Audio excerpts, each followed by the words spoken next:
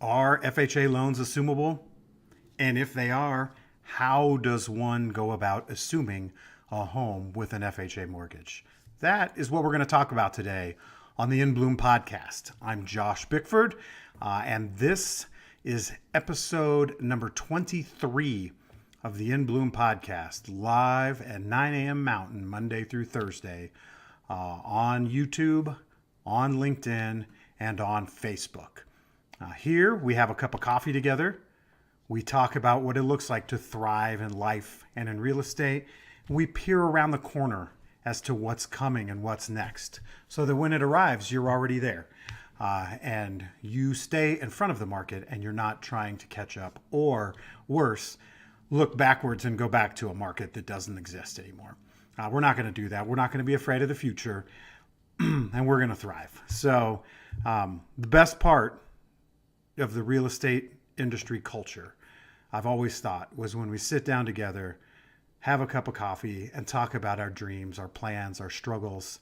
We connect with each other on a deep level, and we help push each other towards next. And that's what we do here. So enjoy.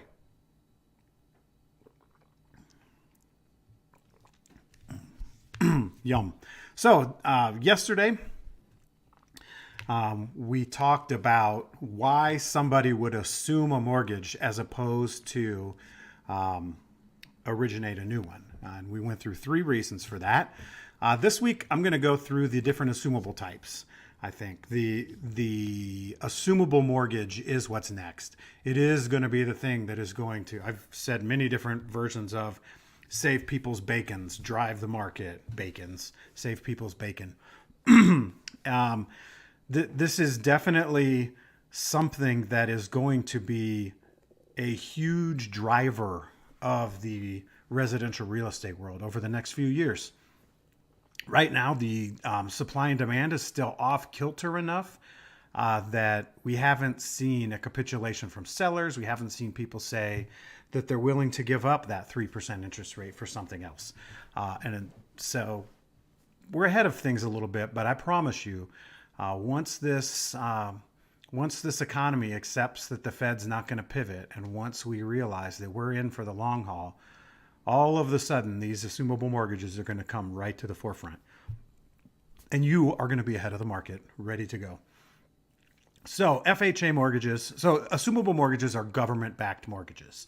That means FHA, that means VA, and that means USDA. Today we're going to talk about FHA. Tomorrow we'll talk about VA. And then Thursday, we will talk about USDA. And there's actually, it's an option that exists right now within VA that's actually, or not VA, excuse me, USDA, that's actually even better than assumption, that I didn't even know existed until about 2 weeks ago. So we will talk about that on Thursday. So for now, FHA. A lot of people know about FHA notes. They are familiar with them. They're thought of as a first-time home buyer note. You have probably done deals where an FHA note was used.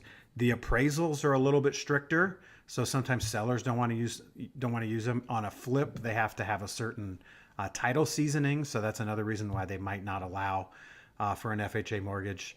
And those are all done out of the thought of protecting the buyer. These aren't people typically who have a huge down payment, and you don't want to put them into a situation that is, like a money pit or that type of thing. FHA mortgages have more relaxed underwriting guidelines. That means higher debt to income ratios, lower credit scores are allowed. The loan is not,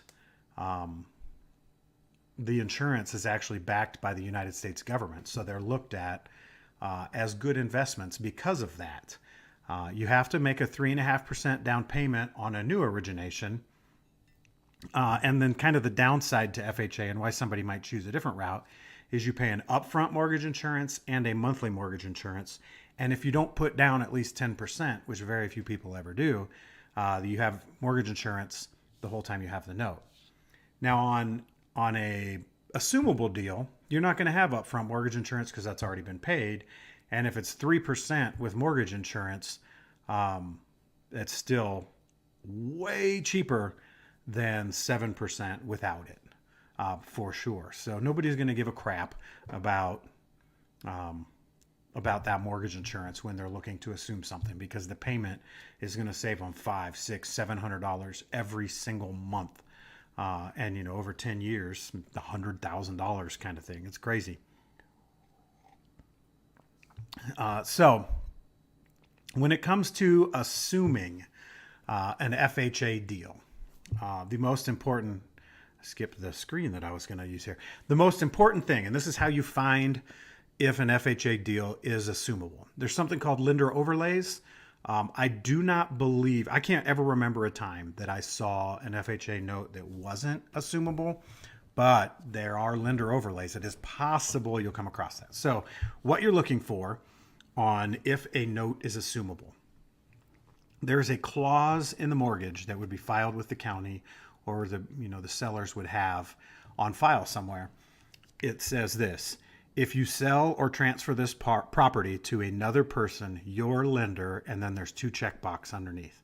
One check boxes, excuse me, I need more coffee today, will allow under certain conditions this person to assume this loan on the original terms. If that's checked, bingo, you have an assumable mortgage. If it says will not allow assumption of this loan on the original terms, and there's a checkbox there, that one is not assumable. So if you have an FHA loan I probably would still reach out to the lender and see if they would, because these change hands and who knows. But should be that FHA loans are assumable. That clause is where you can impress clients. It's where you can prove beyond the shadow of a doubt that the loan is assumable.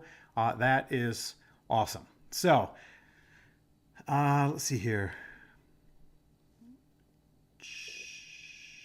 So let's start. So assumption to assume an FHA loan. The buyer that's going to assume the loan has to be owner occupied. That means you're going to move into the house as your primary residence. The rule kind of in the lending world is 1 year. If you're going to live there for 1 year, then you can move on. If the person has no intention of ever moving in, what that's known as mortgage fraud. That will help you go to jail. So don't do that. So if somebody's looking for investment properties, this isn't the way to do it. You can go back a couple of episodes, and I have one titled multifamily, assumable mortgages and multifamily. If you were going to owner occupy a duplex, triplex, or fourplex, I guess you'd say, threeplex, fourplex, I don't know, probably call those different things all around the country. You could do those and buy one every year, assume it, move into it, get the rents all stabilized and all that kind of stuff, and then do it again. That is how you would buy investment property, assuming mortgages like this. A single family FHA deal, owner occupied only. Super important. FHA also has a rule that you can only have one FHA mortgage at a time. I have read from more than one person that they don't really enforce this rule. So that could be the case. However, I would operate from the assumption that they will if somebody is moving into another house and they want to keep their previous home as a rental into the future, for instance. Or if you were doing the multifamily thing and you were moving on to house number 3 or 4 or something, that would make sense. When you assume a deal, the underwriting doesn't exist. There is a check that's done on your ability to repay the note. They have to prove that you can afford the payment, and they have to make sure you're creditworthy. So you have to go through those checks, but you're not going to have to get an appraisal if you don't have a 3.5% down payment. And let's say that there's a $400,000 loan on it and it's a $400,000 price. You can just assume the mortgage. The down payment doesn't matter. If you, hang on, let's try this again.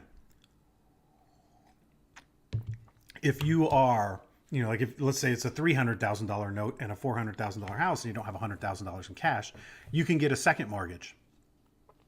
The paperwork from that second mortgage is going to have to be turned in to the first mortgage holder for that ability to repay portion to be accounted for. And that second mortgage holder is going to have specific, like they're going to have terms. They're going to make you get an appraisal and that sort of thing, most likely. And you're probably going to have to put like 10% down on those. So if you didn't catch what I'm talking about, you can get creative with these. Don't have to have a down payment. We went through last week 8 deals down in the southern front range of like Colorado Springs, Monument. I think there's one from Castle Rock. We went through some of those in Colorado where one of them, the seller was probably bringing money to the table for the buyer to assume their mortgage. There's a 2.25% VA note, I think, and they were like $40,000 upside down. Makes sense to buy that house, actually. The seller can't really contribute anything on these, only closing costs. Anything additional has to go towards paying down of the note. So that is worth noting. Big thing to discuss here is the incentives when it comes to assuming a mortgage. With a new origination, the lender, the broker, whoever, everybody on the lending side gets paid. There's money in originating new business. In assuming a previous note, there isn't. There's a few $100 in it for them. So you've got to operate from the expectation that they're not necessarily going to bend over backwards to work with you. They probably don't yet have a department set up to handle these. They will eventually, because they're, like I said, these are going to drive the market. But as it sits right now, they're going to move a little bit slower. They're going to, they're going to be a little bit tricky. There are specific rules that they have to follow when it comes to timelines and all of that. In my master class, which I've got free version linked below, beginnings of it, we go into all of those of timelines and what to expect and how to set expectations for your buyer. If I got into all that on this podcast, it'd be 3 hours long. So those are all things to pay attention to when it comes to assuming an FHA loan. It's an easier process that you can get more creative with, and you can look for a scenario as opposed to, specific house or something like that. Or maybe you're in an area where there's a ton of them.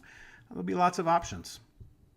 If you're able to market these as a list agent effectively, showing people why the assumable mortgage is such a good deal, these are going to fly. They're going to fly. We talked about that as well from Las Vegas a couple of weeks ago, or I think like 2 weeks ago. How assuming an FHA loan would be different than a new origination. We talked about the incentives. The property has already been evaluated, so they don't have to do that. They're going to check your ability to repay. Down payment sourcing doesn't really matter. They're going to source it, of course, but it's an assumption. It's not a new origination. So all of the rules that apply up front don't really apply in this case. They have to follow the law and make sure you're not like using drug money or something. But, if you need a second mortgage, if you are getting a gift from a family member, if you've got all the cash yourself, if there is no down payment, all of that works.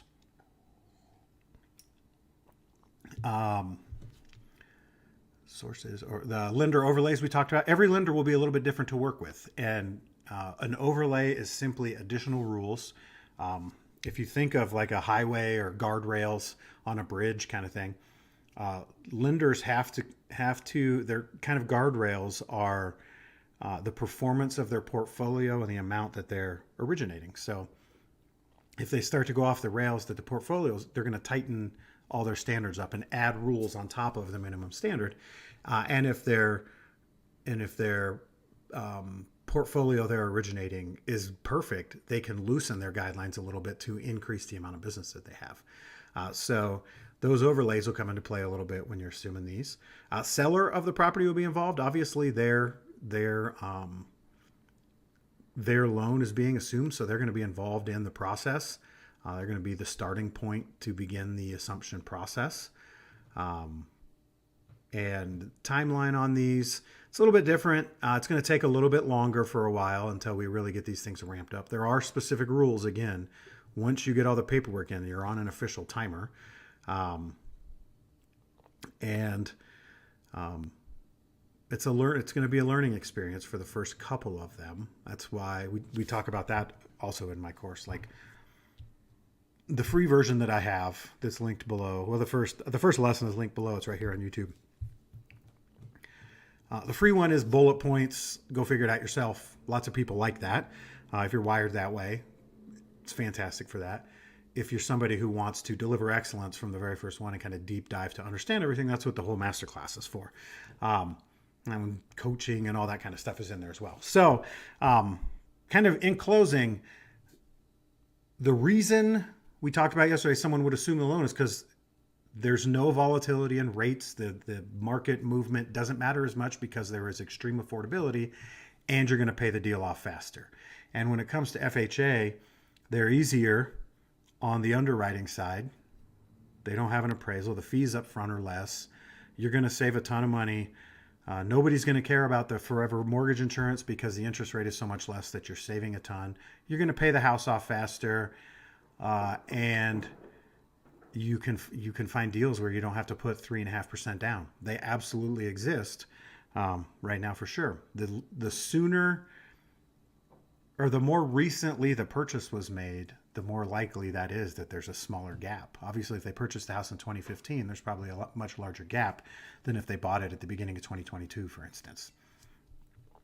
So as an agent on these, if you know the process a little bit, you know the benefits to the buyer and the seller, because obviously these houses are going to be in the most demand. They're going to get more prices. We have proven that in previous episodes.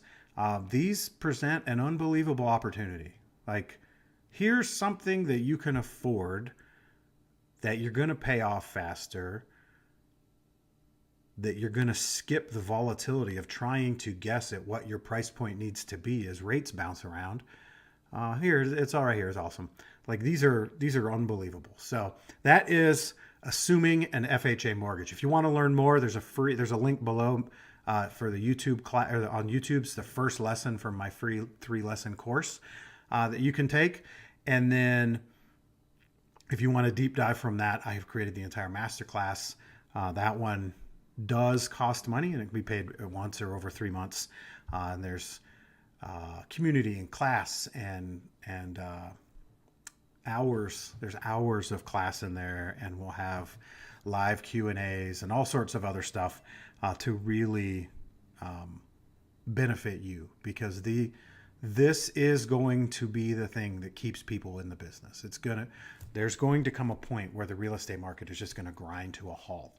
And people still have to move. People still have to transact. It's the people who have to over the people who want to. And if you prepare in advance and start to orient your business around this stuff and really understand it, the pillar of your community, the person whose voice matters, the person who understands this will be you. And you will thrive. So if you got value out of this podcast today, be sure to share it with a friend. Hit the like button. If you've not subscribed yet, please do that. And as always, I hope today is one of the best days of your life. I hope you're full of confidence. I hope that you know that you matter, that you value, that you are loved, and there are people in your community who need you right now more than ever. I will see you tomorrow, where we will talk about assuming VA loans. There are some surprises in there on who qualifies for that and who doesn't. So God bless you. Have a fantastic day. We'll see you tomorrow.